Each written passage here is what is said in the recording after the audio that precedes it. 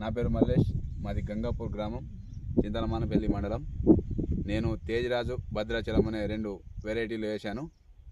తేజ్రాజు అనేది కాపు మంచిగా వచ్చింది.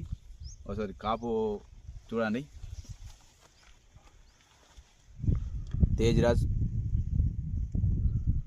కాసి కింద పడ్డది.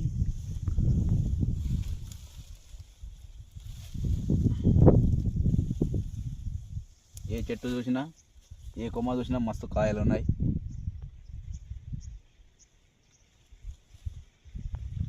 మొత్తం ఎన్ని ఎకరాలు వేసావు అన్న? 4 ఎకరాలు వేసాను అన్న.